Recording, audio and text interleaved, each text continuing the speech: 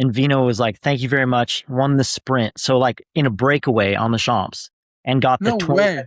20-second time bonus plus a gap. What were the sprint teams doing? How That's does a breakaway rider win on the Champs Elysees? I feel like this is a the most really coveted good sprint stage. question. But I went from 5th to 6th out of the top Dude. 5.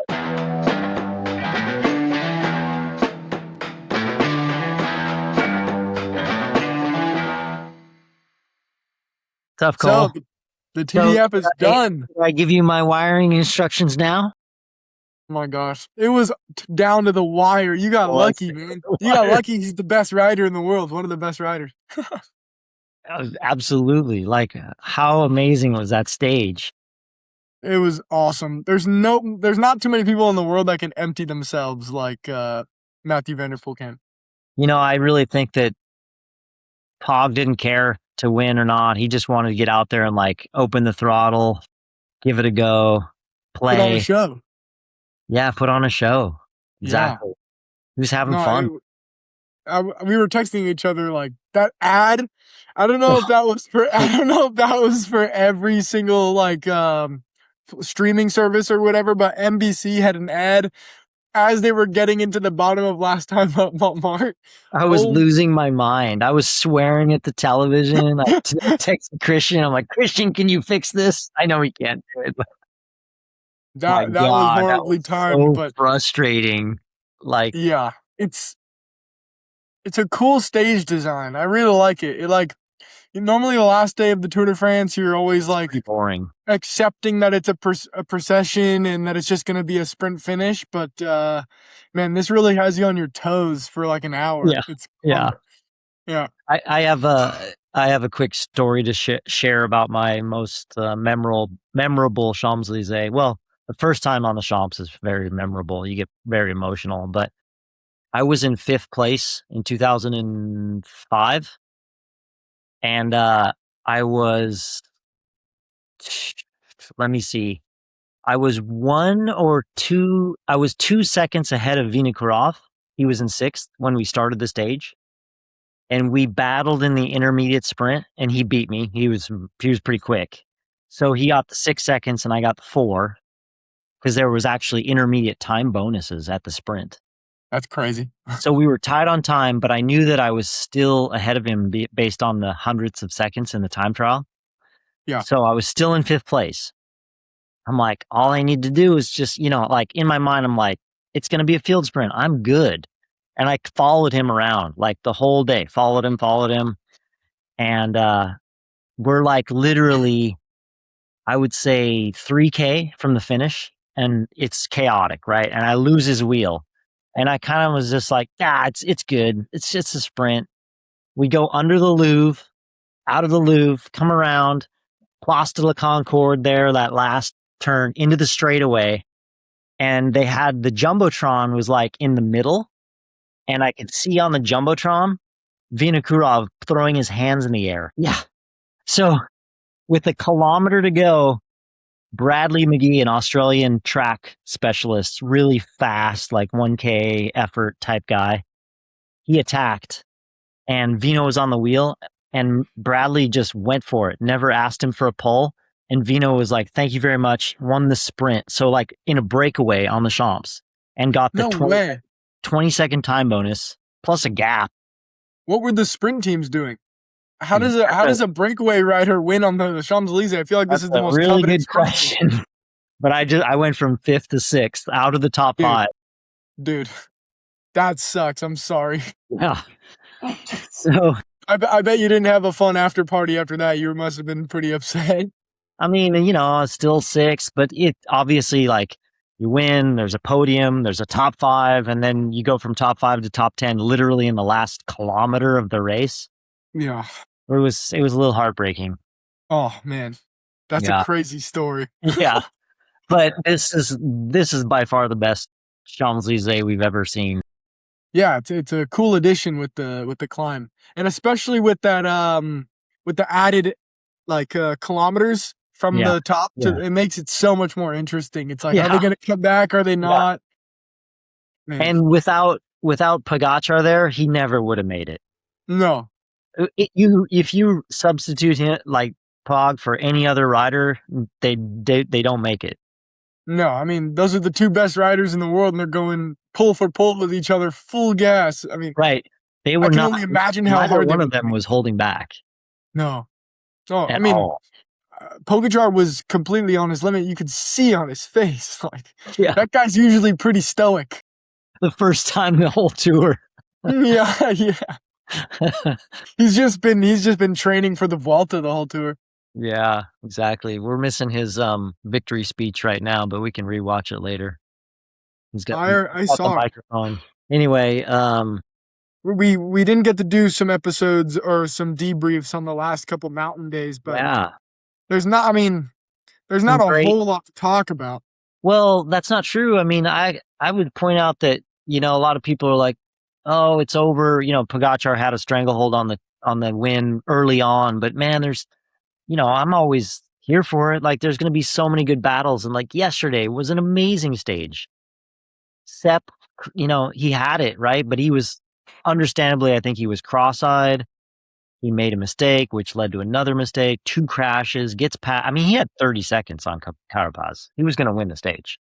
Yeah, I think Sepp was going to win the stage, and that's heartbreaking for him and that team too. They kind of come away with. I mean, they come away with nothing pretty much aside from the team time trial victory on stage one. They unfortunately come away with not much, so it's heartbreaking for all those guys. But Well, I actually watched. They interviewed Sepp, and it was a really great interview. And he touched on something that I think I can see now from, where I sit, like post career. That yeah, he may not have won the stage, but what really counts is the battle that happened and how he was feeling and the story that came out of it. It's epic, and it in the end, it's just as good as winning. It really is. yeah, and I think he said also that he like has learned to fall in love with more of the process and getting into his top shape and preparing for these moments, and the result is the result, and he's just happy to be there in his top shape. And That's um absolutely true. Like at the end of my career, I realized like I loved training. I love that process, and that that's 99% of the job. Like winning is a fraction and it's fleeting, and yeah, you try to enjoy it, but it escapes your grasp so quickly. You can't hang on yeah, to it. and then also, I mean, I haven't won really anything in my career, but I can imagine like you build up to this one moment and you win and that's your goal, but then life's moving so fast at you. You already like it's Yeah, it's one day and then on to the next, and then you got to set new goals, and it's you kind of you know the thing that you can really hold on to is the memory of building up to that moment and having the dreams of winning, and then when you win, and then on to the next thing. exactly. I don't know if you saw Tade's interview like immediately afterwards, where he's sitting down in the chair. Um, Just what a great example, like, everybody should listen to what he says because it's just incredible mindset of a one in a I mean, I don't know, one in a trillion champion, you know? Yeah, One in a billion champion, like, he's so well grounded and comes from such a good place in his heart, yeah. No, I Like mean, I think that's what takes you far is yeah, a lot of people may have the ability to win races and be the best at what they do, but then you also have the mental component of it all where you need to be grounded and you need to not let all the noise affect you and just stay true to who you are and what you believe. And Pogacar's a good example of that. yeah, I mean, not only does he have the legs and the physical capacity, but he's got a really just amazing mindset and good natured, and what he does for his teammates, like, this is what we've witnessed in this tour is has never happened before. I mean, of course he I has the mean, luxury of being like, I'm gonna be a domestique for Del Toro yeah, because I mean the job that he did yesterday on the bike, there's nobody else who can do that. I mean, that's never he's happened single before. no, he's just single-handedly rides like the front of the race the entire day on one of the hardest mountain stages ever and just rides everyone out of the wheel except for three guys. It's unreal. It's a pleasure to be able to see something like this, and It is, and hopefully one day I would encourage people to just try to appreciate what they're watching instead of being like, oh, another Tadej Pogacar win, because it's really truly like a once in a lifetime thing to witness this. Yeah. I mean, hopefully, maybe my first Tour de France is his last. Yeah, I just want to do like one race with this guy. I mean, I raced Roubaix against him, but I want to do a tour with yeah, him in the race, and it'd be yeah, just cool to witness this guy in full sure. crime. Yeah, It's just impossible not to like him and not to look up to him, and what a great example. And I hope that, I mean, I think he's going to have a huge impact on cycling. He I think absolutely. he already has Yeah, of and course. will continue to have, Hmm. especially if he continues to win tours and breaks all the records and goes on to be the undisputed best. Because I know you still we've had discussion over texts. Yeah, it's a gray area. How can you compare him to Eddie Merckx? Because it's apples to oranges in terms of era and competition and stuff. But But I, you posed I think you posed a really good question. Like, what is it going to take for it to be unarguable that Tade is actually better than Eddie Merckx? And that's a good question. I think that at some point, if he wins enough, it does become unarguable. But what is that? I mean, Eddie yeah, Merckx won 5 Giros. I don't think Tade is going to win 5 Giros because no, he's not likely not. going to He do that. could if he switched his focus to that now. But obviously, I think Tour de France is more important.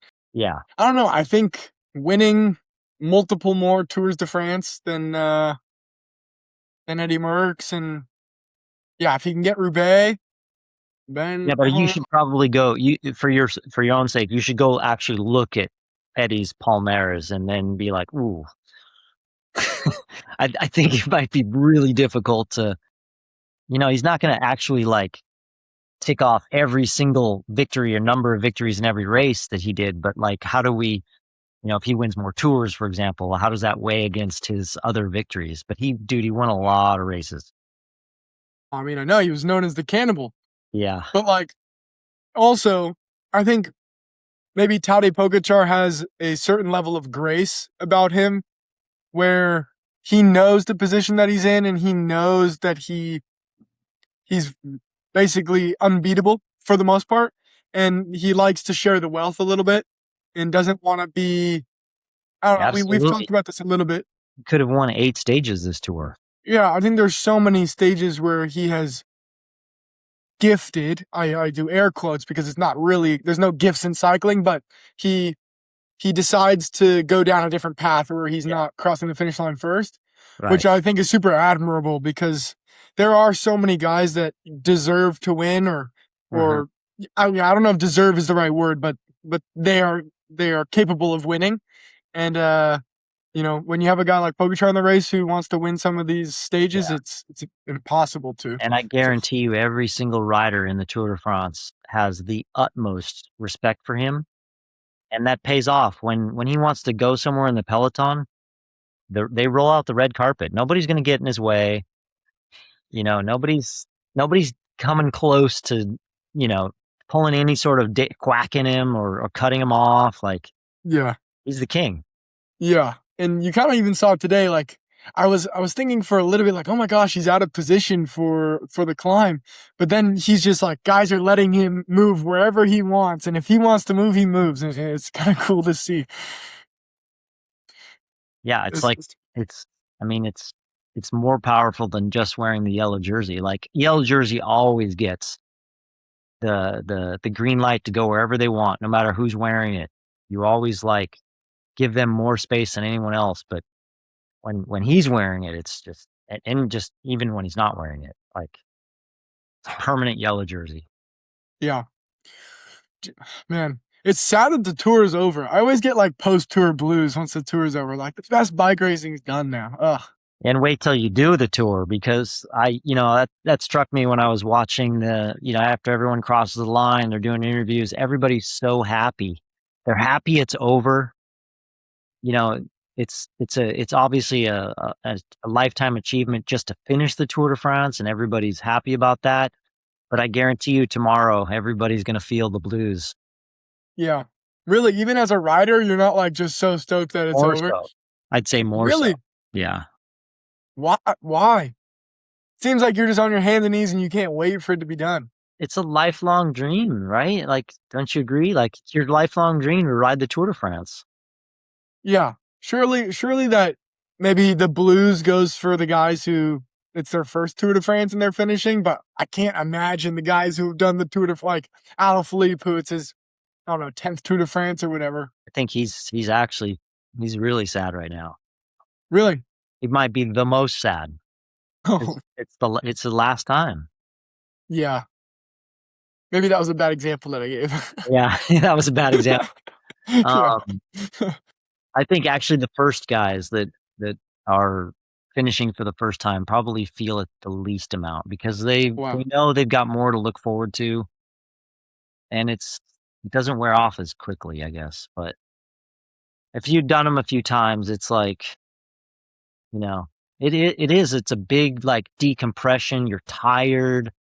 You've been in this fight or flight mode for 3 weeks. It's a lifelong dream, and now you got to go home and be really wiped out for for a while. Like it's just from high to low. It really is. Or just get straight back into things, go to San Sebastian. I know there's a few guys that are going straight to San Sebastian. It's like, bro. When is that? Next weekend? Yeah. Oof, Yeah. that Like, can go either way. They could be like, "Oh my god, this race is so easy from what I've just been doing," or they're like, "Oh, I can't get out of park." yeah. I could imagine it'd be difficult to get out of park. Like a Carapaz, if he goes to San Sebastian, he will be ripping it up. Yeah, you think so? Yeah, because he just got better and better, and I Yeah. mean, he was amazing in the last few days, right? Yeah, that's one of my favorite riders of the whole tour. I mean, the way he was lighting up those stages, it's just incredible. And it's not to say that it's like easy to get in those breakaways. Those are the hardest breakaways to get into, and he's in them every single time. Well, I will say if you're someone like Carapaz or Sepp Kuss or Parapontra, when you are a good climber, you're on good form, those breakaways in those big mountains, those are the easiest to get into. Really? Well, yeah, because you're not, For a rider like me, they would be virtually impossible to get no, into. but even think about like when you're trying to get in the break at Kern Brussels Kern, like it's flat, it's technical, you're having to cover a million moves. Man, that yesterday they just wait till the climb starts and then they just go. It's like who there's not that many people who can follow. Yeah, It's actually true, pretty simple. If you have the legs, it's simple. true. And I've read how people are like, I love Carapaz because he's the only one that dared to attack, but it's like he's also one of the only ones who could attack. To be fair, Right. like, you got to Yeah. have the legs to pull Yeah. that off. So Man, the stage though, was it up Alpe d'Huez? What stage was it? Yeah, I think it was up Alpe d'Huez where Lenny Martinez and Richard Carapaz were like playing games with each other and Sepp as well.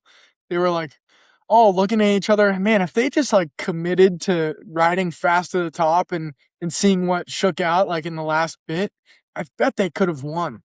yeah, but so how does that work though? Because like someone is always going to be like, "Oh, I'm just hanging on." Like you Well, do all Lenny the work. Martinez he was like pretending to be suffering and then he's following all these attacks and if you just didn't play games, you could have made it so much further. Yeah, that's not bike racing though. Like one guy doesn't want to pull the next guy just to give him the opportunity to stay ahead of Tade. Yeah, I don't So know. In yeah, that it's position, you're fine line. fighting for a stage win in the Tour de France. Which is Eh, why today was so unique because Matthew and Tade, they were full gas. There was none of that. There was no playing around. Yeah, Tade didn't really care, I think, if he won. He just wanted to get out there and go. yeah, yeah. Well, he let go of the wheel and then he started waving to the crowd and whatnot, and he did his whole thing. So I don't know. Maybe he could have gone to the line with Matthew, but I don't know. That Sure. last kick that Matthew had, but that was Yeah, crazy. he was never gonna beat him in the sprint. Yeah, I don't think he was gonna win. So he just it was maybe he was like, go for it. If you can get to the line, go for it. But yeah, that was a good pick. I just wanted to be a little bit different. I would have picked Matthew Vanderbilt, but You just wanted to be a contrarian. No, but I think when did I start calling that? Like stage 3? dude, it was a long time ago. I've been having to put up with your bullshit for a while.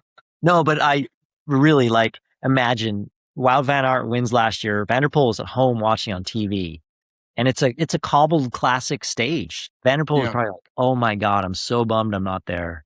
And he yeah, said in his interview, he's like, "When I saw that on television, he's like, I've been thinking about that for a year." yeah. I mean, and that's an iconic stage to win. So many guys like their dream is to win on the Champs Elysees, and it just seems like Vanderpool's just ticking off all these dream races for him. I think he's won Yeah, every race that he's dreamt of. So I mean, he's having an incredible career, and he's probably going to be done before the turn of the decade. So enjoy it while it lasts. yeah. I hope Good you get to close. race more with him as well. Yeah, not that I'm really racing with him. I'm kind of pack fill when I'm racing with him, but Yeah, it's a he's my you're favorite rider. you're So pinning on a number in the same race that he's pinning on a number. Like that's something to be very proud of. yeah, it's cool. I mean, yeah, I mean it's MVDP. He's the goat of classics. So it's Are you pretty sure cool. about that? Because like, I mean, of this generation, I'll say yeah. he's like the Tom Boonen of this era. So How many Roubaix has he won? 3? three. How much is Boone? How many did Boonen win? Four? No, probably three as well. Good question. I don't know. I mean, yeah. Once you win more than one Roubaix, you're going down in the Hall of Fame. How many? You should look up how many Roubaix Merckx won. Different era, bro. You can't like he's racing against farmers.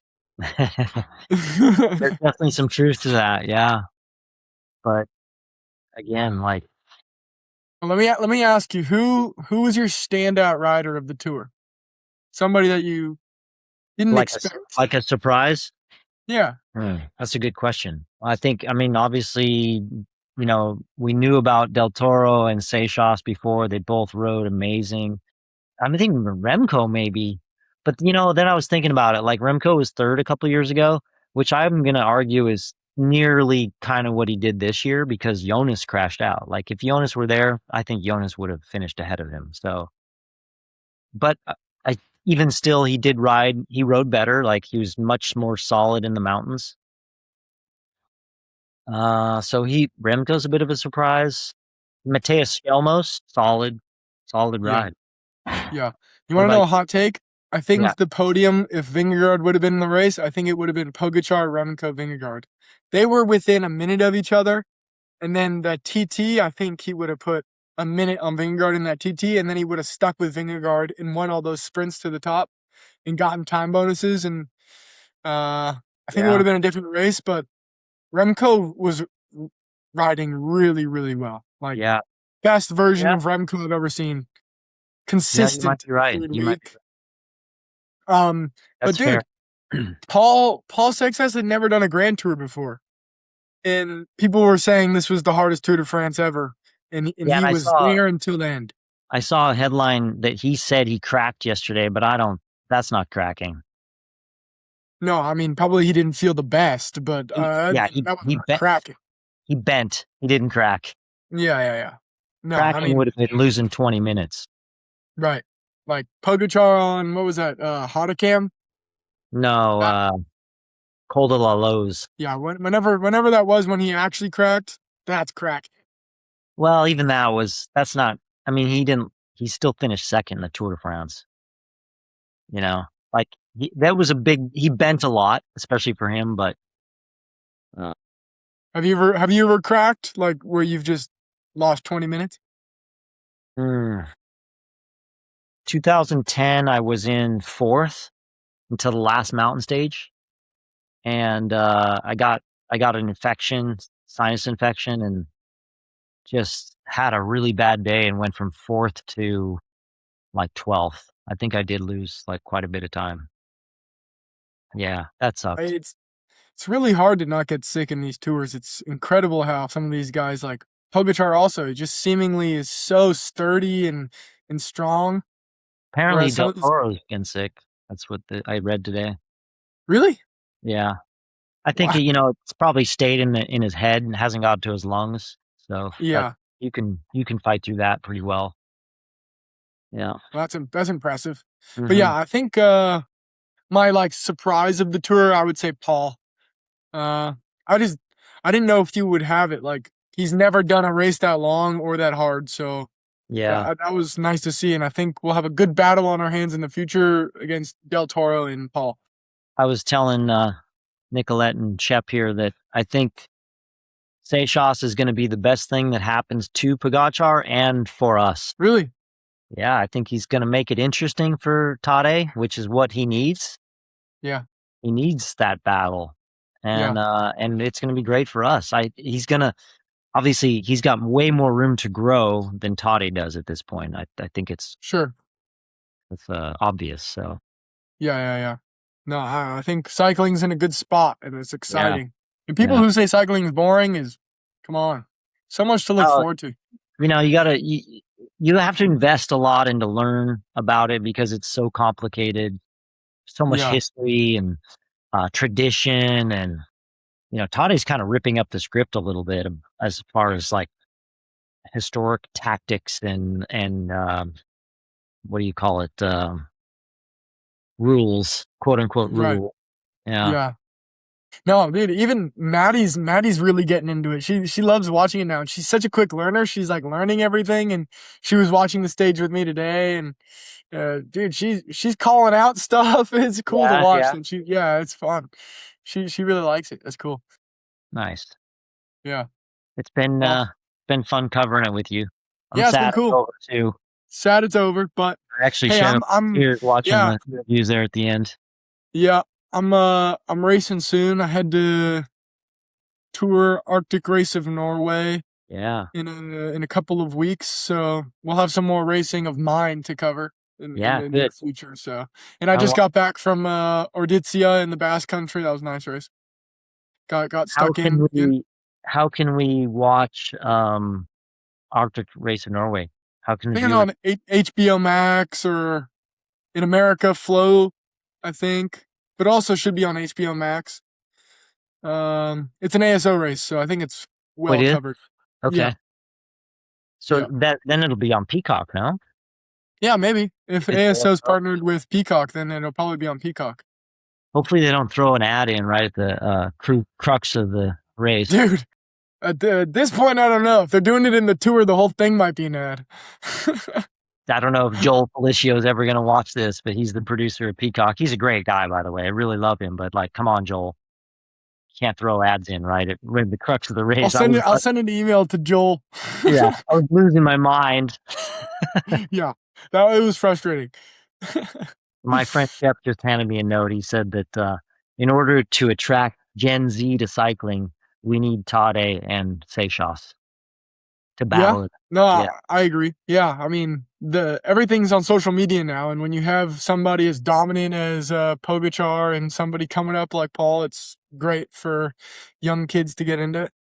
and in a way, like Tade's he's the focus, right? Everybody knows the name, and when Paul Seychelles starts to do battle with him, he gets to, in a sense, pass that torch of focus to Paul.